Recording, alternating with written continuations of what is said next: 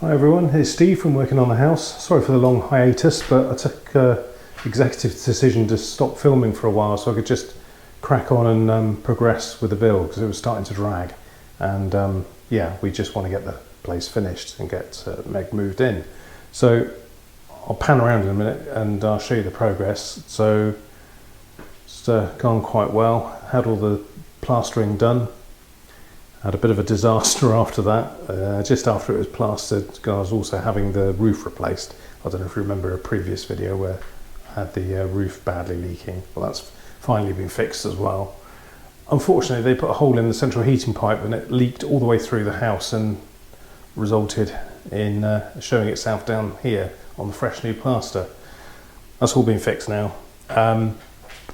Central heating all connected, all fixed. Had a problem with that, that's another story.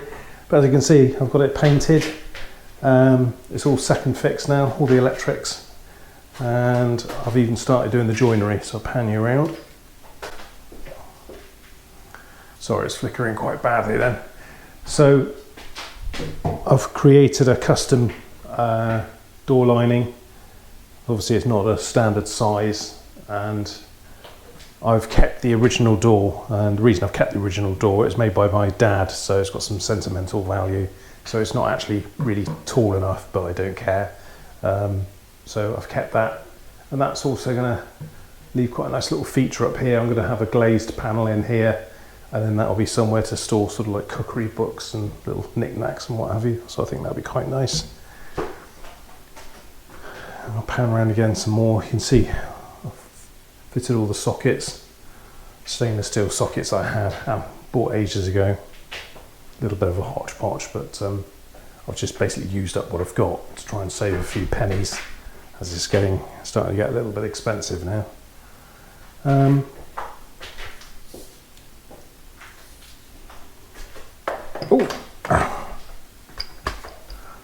It was a major project. Had to grind all the floor, so I borrowed a floor grinder from work. That was a really horrible, messy job.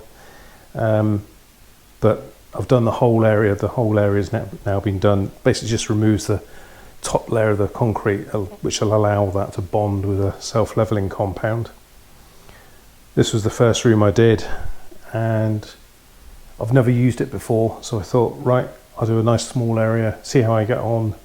And I managed to do that quite successfully, so gave me the confidence. I'm going to do the rest of the room now. It was quite straightforward really, not too difficult at all. Quite a few air bubbles, but that's not a problem, so it's all being tiled anyway. And the next phase is going to be the landing area. Just pan you around. I'm going to do this landing area and the kitchen as one, because I want to keep that as one finish. I'll keep it a nice hard wearing finish. I'm probably going to go for like a click together.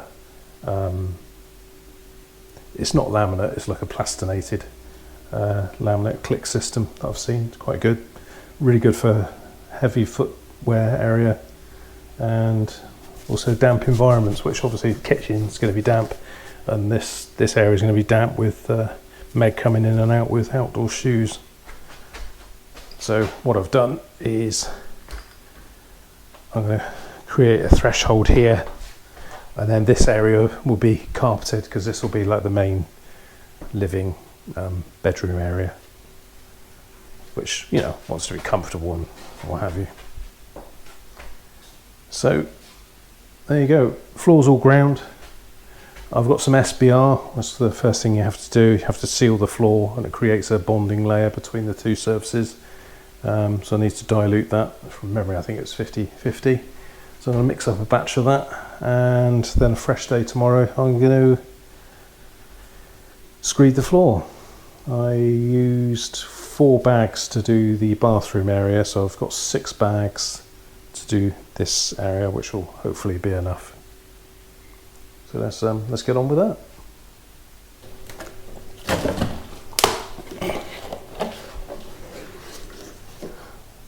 Right.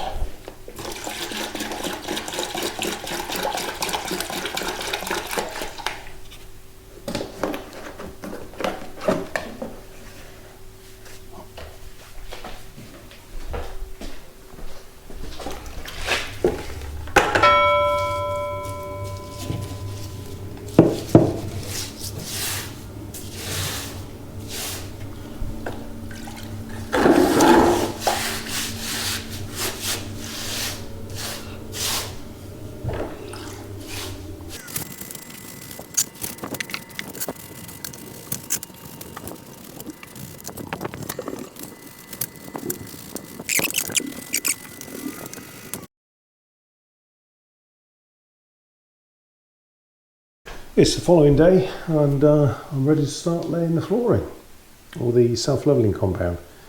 First time I ever used it was doing the room next door, the bathroom. That actually went quite well, so the key to that was I was quite prepared. So get everything laid out, got my clean fresh water, mixing drill with a paddle, measuring jug, because I don't know how accurate you have to be. But by default I thought, right, well, if I stick to the instructions verbatim, then what can go wrong? So what I'm going to do, I bought myself a new mixing bucket because the other one disintegrated. Unfortunately it's a small one, I don't know whether it's going to be big enough, so we'll soon find out. So I'm going to pour all my clean fresh water in here. Once I've got a line, I'm then going to use a permanent marker, and then that means that every time I mix up a new batch, I'm not going to have to use a jug. I can just fill it with water to the line. So going by the instructions, so it says mix 20 kilograms, which is basically a full bag, powder into a bucket containing 3.8 to 4 litres of clean water, and stir mechanically at low speed until a lump-free mix is obtained. So last time I went for the full 4 litres. Each jug is half a litre, so I need basically 8 jugs.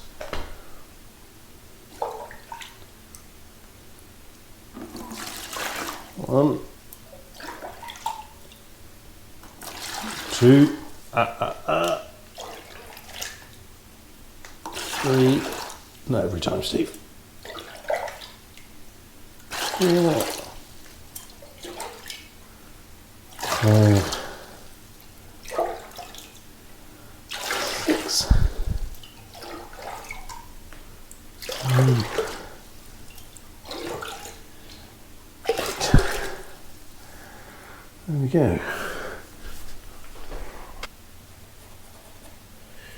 That's cool. I can mark it on the outside, still see it on the inside.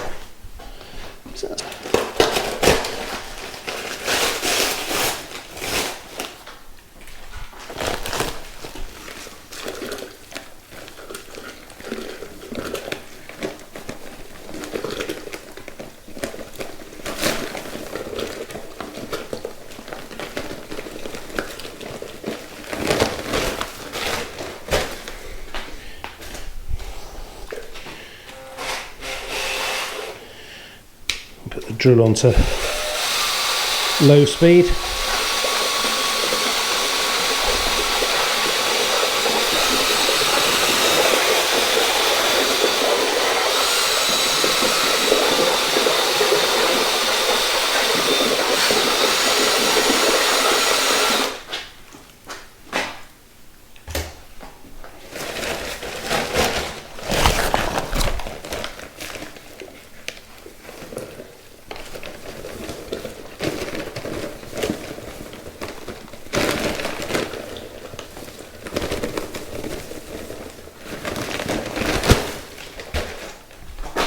Yeah, should have gone for the bigger jug.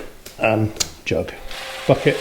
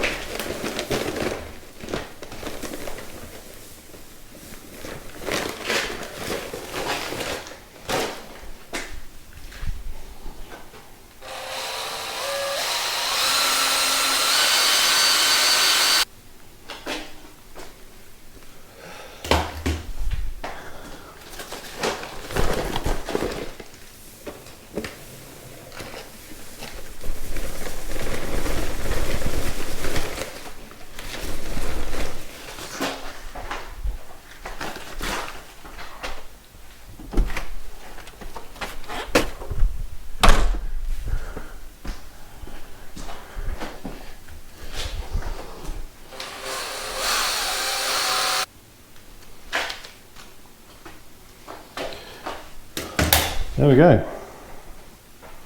First batch. Bigger bucket would have been better. I can manage with a small bucket, I think, but in actual fact, I'm going to put slightly less water in. But then that will give me a little bit more room in the bucket, so I'm just going to go slightly below the line each time. So if you're wondering why it's inconsistent, that's my reasoning. So anyway, let's try laying it out. I'll start in the far corner and work my way back.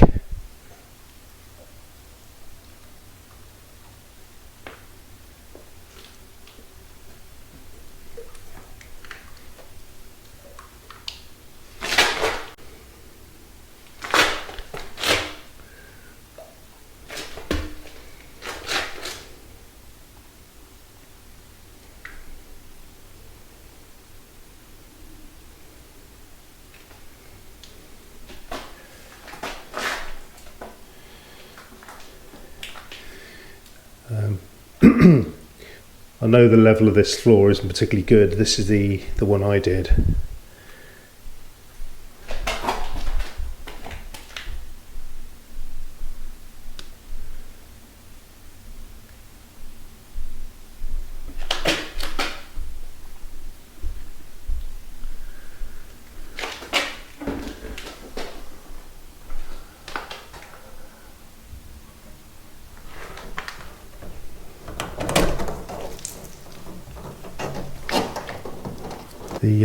The condense pipe leaked yesterday. Typical timing.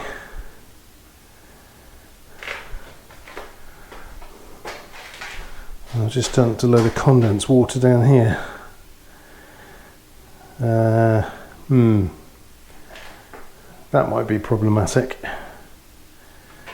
It's basically, as far as I'm aware, it was very acidic. Hopefully that won't mess the compound too much.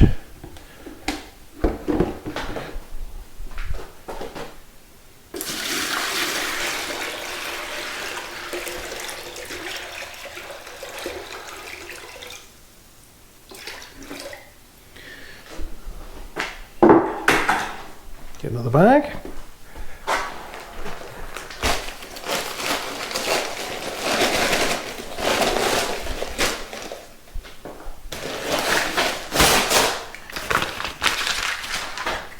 Question, what happens to Stanley knife blades? Not blades, Stanley knives. I've bought loads over the years and all I seem to end up with is the cheap, crappy replicas. I think people swap them when you're not looking.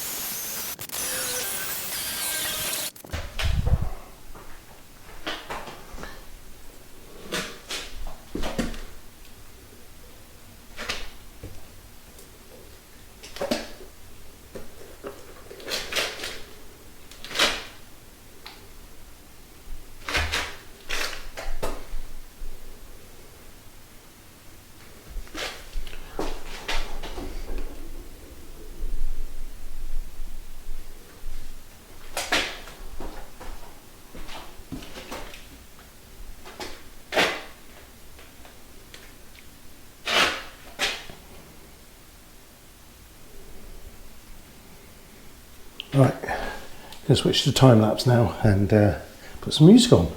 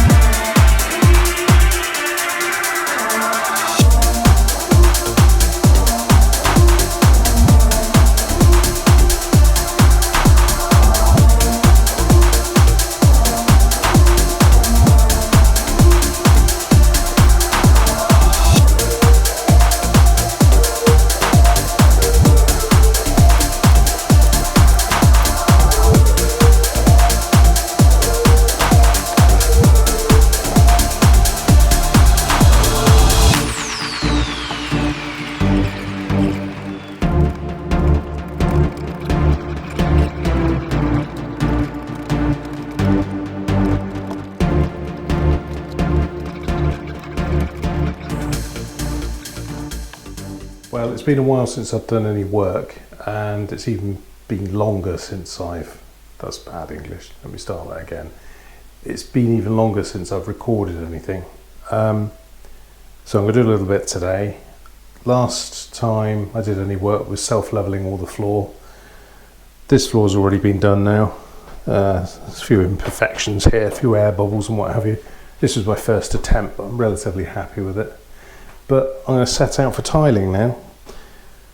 So it's the most important stage, it's the setting out. If you get it wrong at this stage, you're just going to make a complete pig's ear of it. So I've had an offline chat with Mrs. working on the house, and we've decided on the pattern and the layout. So we've got these large format tiles, elongated rectangular tiles, and we're going to do those in a pattern that's leading into the room. We thought that was the most natural way. And we also decided on the bond.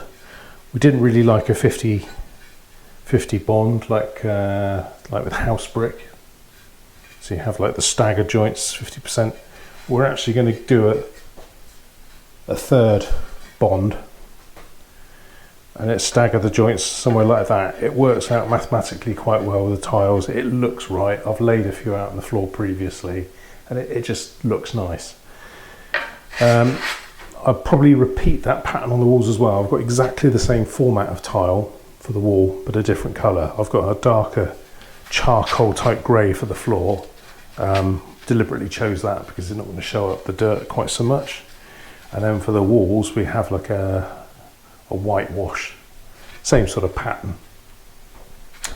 I guess I'm going to probably do the same bonding and do the tiles horizontally, but I haven't crossed that bridge yet. So for this morning I'm going to set out the tiles. I'll do a short bit of videoing like that, explaining the process. I'm not an expert. If you want to learn how to do it properly, go and use another YouTube video. I'm completely self-taught. I've done quite a few bathrooms and kitchens over the years, but I'm by no means an expert. So if you want to learn how to do it properly, go and watch someone else. But for entertainment and to pick fault, feel free to watch.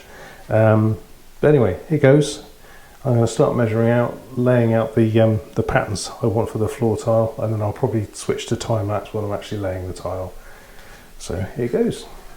First thing I'm going to do is find the centre point of the room in both planes, so this way and also this way. That's the first step.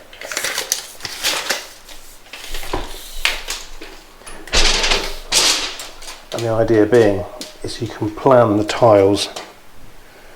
So that's 6 foot, 3 foot. Nice and easy. Now I know when I set this room out, I did it to the best of my ability, but for some reason all 3 corners seem to be square except for this wall, so that this will run out ever so slightly. So I'm actually going to base both my measurements off of this wall, I think. Or do I? Yeah, because at least then it's going to be running with a bath panel, or maybe it'd be better if it's against that wall. Don't know. Decisions. Let's stick with this wall.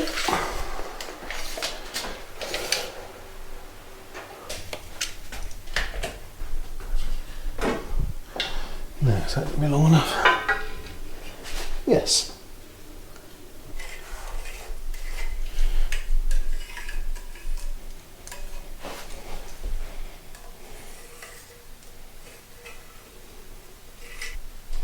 What I'm going to do as well is I'm going to measure it to the point of the threshold on the door.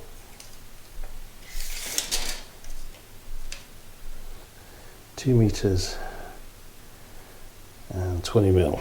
It's 10.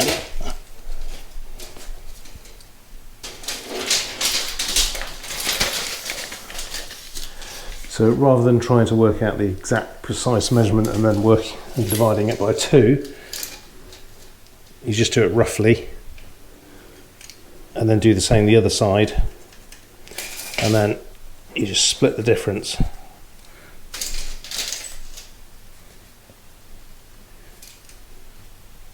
And again, rather than messing around, you can just literally mark it on the tape.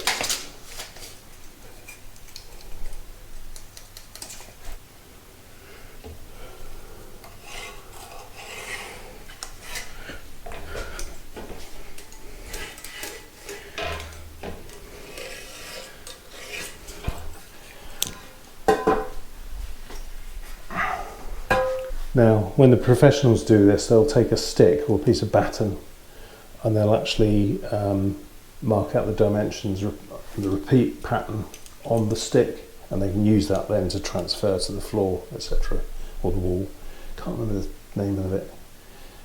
If I remember to, I'll add it on the screen later.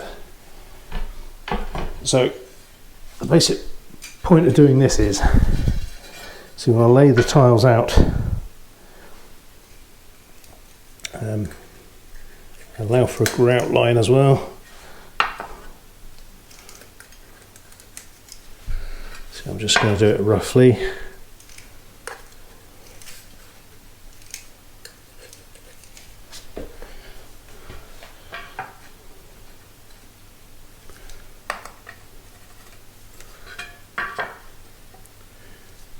And the idea being is you do this layout because you want to avoid any slither cuts.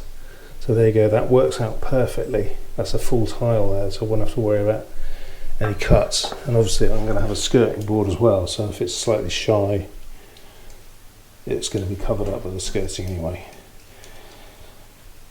So that works that way. So if it works that way, because that's the centre line, I know it's going to work that way, so it saves me having to duplicate the effort. I'll just quickly demonstrate.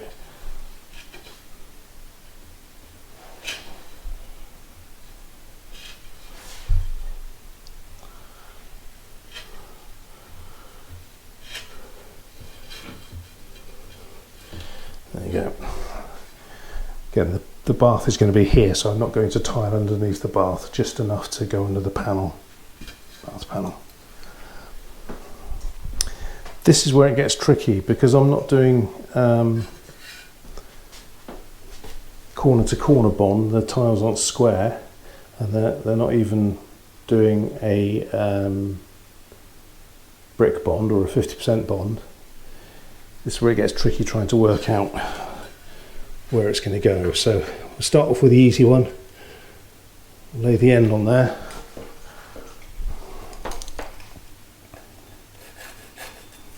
Roughly mark. So that is okay, because the threshold will be able to take up that. So I'm happy with that. The difficulty comes with the bond. So what's that? 500 divided by 3. Don't laugh at my maths, please.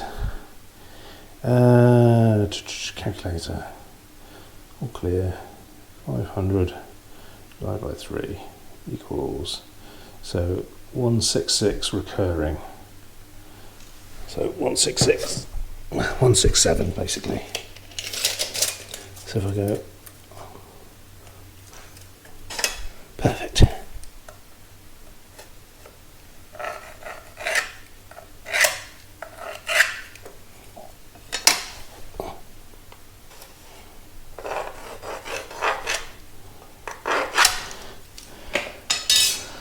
Right, so I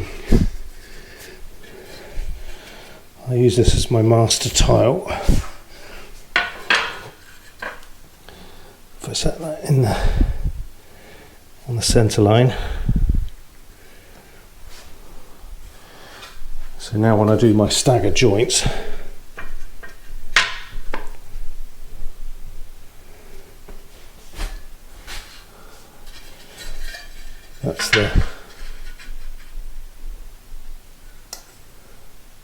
that's the third bond, and I think that looks, oh, another damaged one.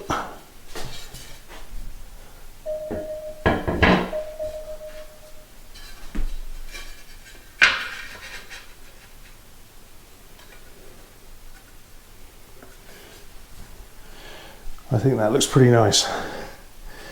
So this one will start at the centre line again.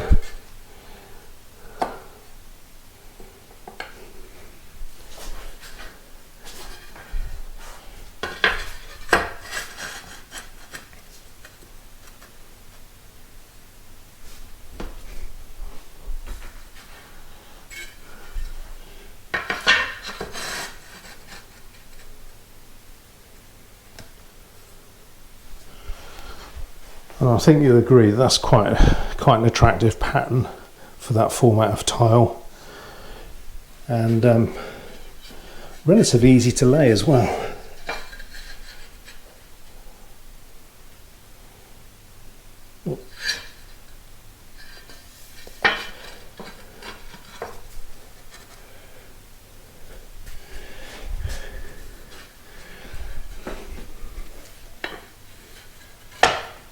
There you go. It's quite a dark tile, but it's going to be quite a small room, and obviously it's going to be taken up by the bath panel. We'll have the it's quite a large footprint toilet. There's a white vanity unit there as well, so I think that'll break up the darkness, and obviously the wall tiles are nice and light as well. In fact, let me show you one quickly. There you go, that's the contrast. That'll be the wall tile, exactly the same kind of pattern and format. I think they complement each other really nicely, and I don't think it'll age too quickly, this either. So I'm happy with that, happy with the cuts that are going to be there. So that's going to be at least a third of a tile, so that's absolutely fine. No slithers. At the wall end as well, that shouldn't be too bad. That's at least a quarter of a tile. Pan you around. So when it reaches here, that one there is going to be a quarter tile roughly, which is absolutely fine. Anything smaller than that tends to look a bit but yeah, I'm happy with that.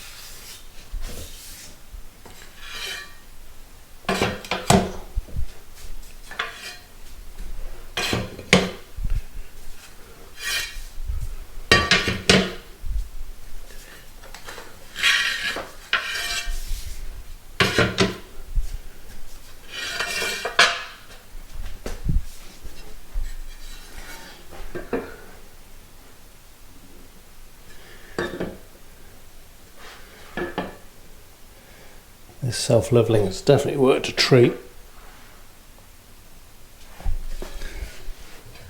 It's created a lovely flat surface, so it should make tiling a lot easier.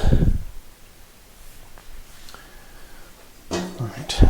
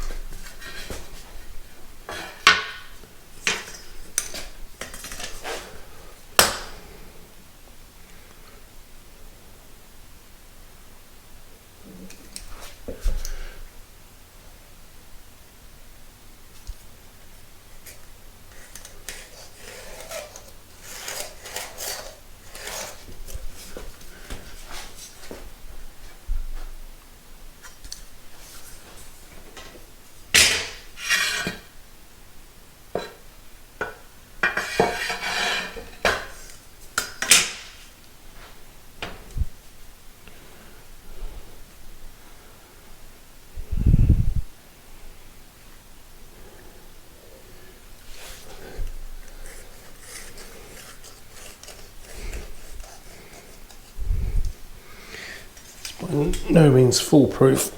I don't want to mix up the whole batch. I probably only want to mix up about a third of the bag, so I'm going to guesstimate.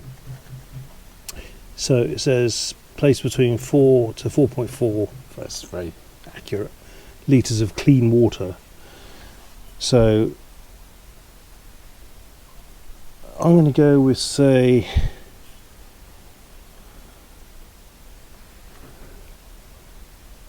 1.5 litres, and then try and use about a third of the bag.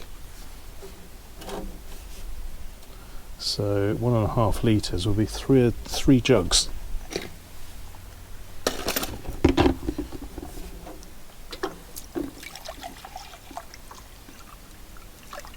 One, two, three.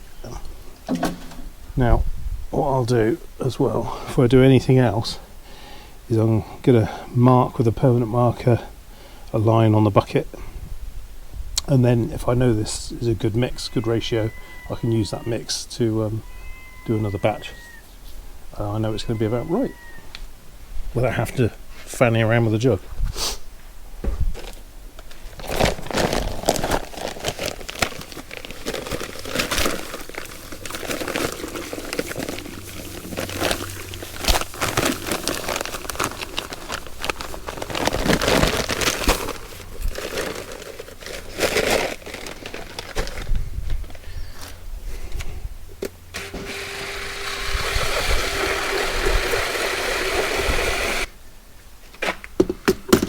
That's not bad at all. It's pretty good guess.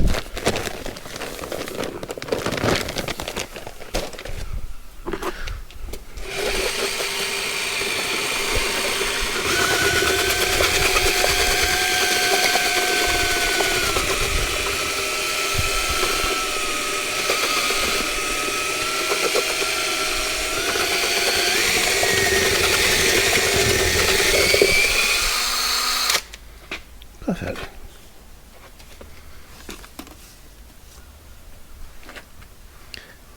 Happy with that. It's a nice creamy consistency.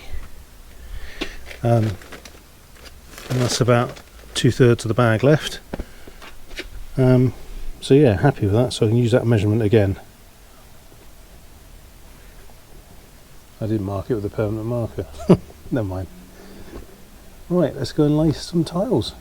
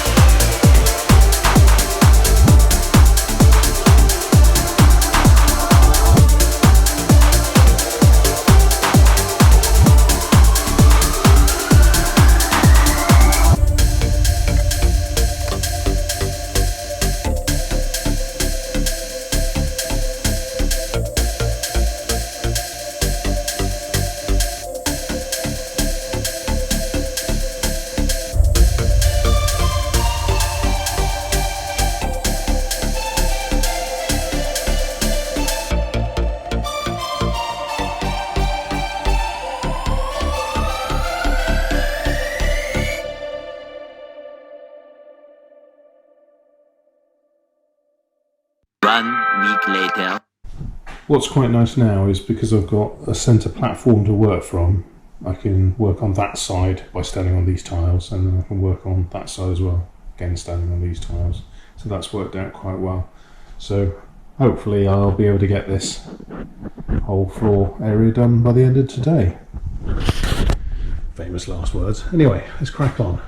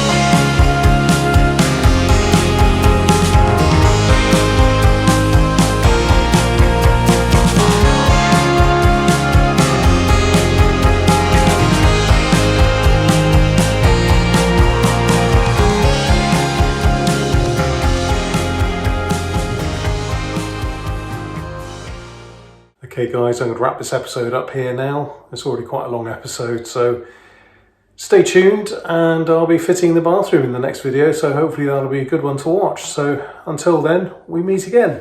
Cheers guys, bye.